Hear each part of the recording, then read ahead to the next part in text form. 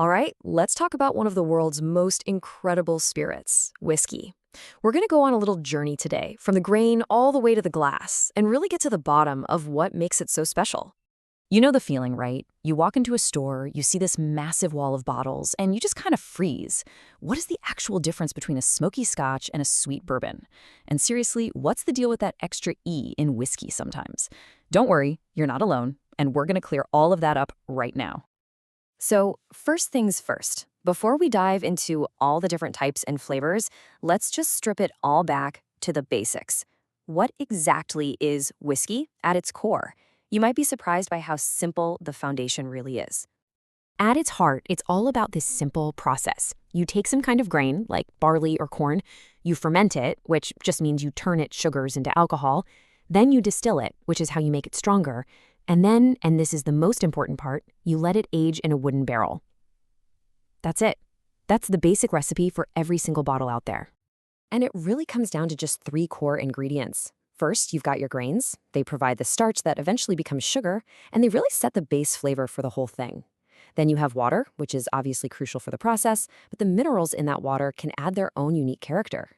And finally, yeast. That's the little living organism that does all the heavy lifting. It eats up the sugars and creates alcohol. Grains, water, yeast. Pretty straightforward, huh? So how do we get from those three simple ingredients to the complex drink we all know and love? Well, it's a really fascinating six-step journey that takes it from a humble field all the way to your glass. Okay, so it all kicks off with malting, which is basically tricking barley into sprouting to unlock some important enzymes. Then comes mashing, where you mix the grains with hot water to create a super sugary liquid called wort. Next up is fermentation. Remember our friend yeast?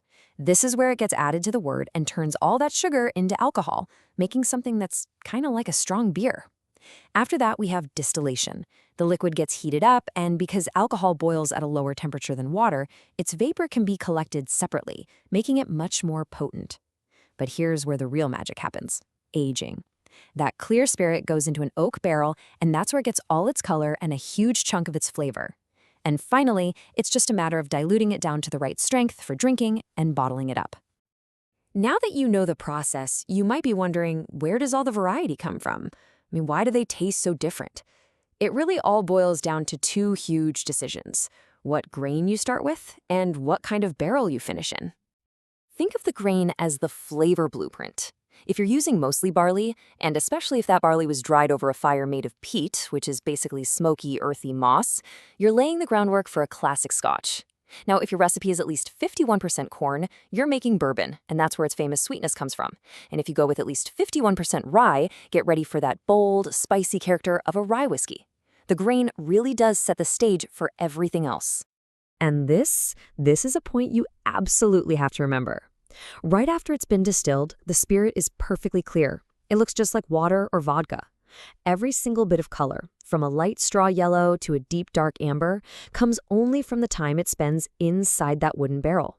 The barrel doesn't just store the liquid, it breathes and changes it, giving it those amazing complex flavors of things like vanilla, caramel, and spice. Okay, let's finally settle this thing once and for all. Is it spelled with an E or without one? Does it even matter? Well, yeah, it does, but probably not for the reason you think. It's really just a clue that tells you where it came from. It's really just a regional habit. In Ireland and the United States, they spell it whiskey with an E. But if you go to Scotland, Japan, or Canada, they drop the E and just spell it whiskey. The drink itself is made pretty much the same way. It's just a little spelling quirk that depends on the country. And hey, here's a fantastic little trick so you never ever forget this. The countries that have an E in their name, think Ireland and America, are the ones that use the spelling with an E, whiskey. It's a great little mnemonic to keep in your back pocket. Pretty cool, right? Okay, so we've covered the ingredients, the process, the flavor, even the spelling. Let's pull all this great info together into a quick guide that you can actually take with you and use. This little chart really breaks it down perfectly. You've got Scotch whiskey from Scotland, which is made from barley and often has that classic smoky flavor from the peat. Then you have Irish whiskey, also barley-based, but it's famous for being triple distilled, which is what makes it so incredibly smooth. And then there's bourbon from the USA, which has to use over half corn and gets aged in brand new charred oak barrels, giving it that signature sweet vanilla and caramel kick. And listen, if there is just one number you take away from all of this, let it be the number 3.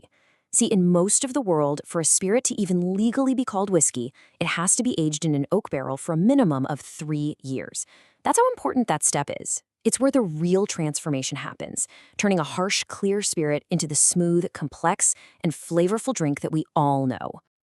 So there you have it. You are now officially armed with the basics. You get the ingredients, you understand the process, and you know the key differences that make each style unique. You get the story that starts with a simple grain and ends up as this incredible spirit in a bottle. So really, the only question left is, which story are you going to explore next?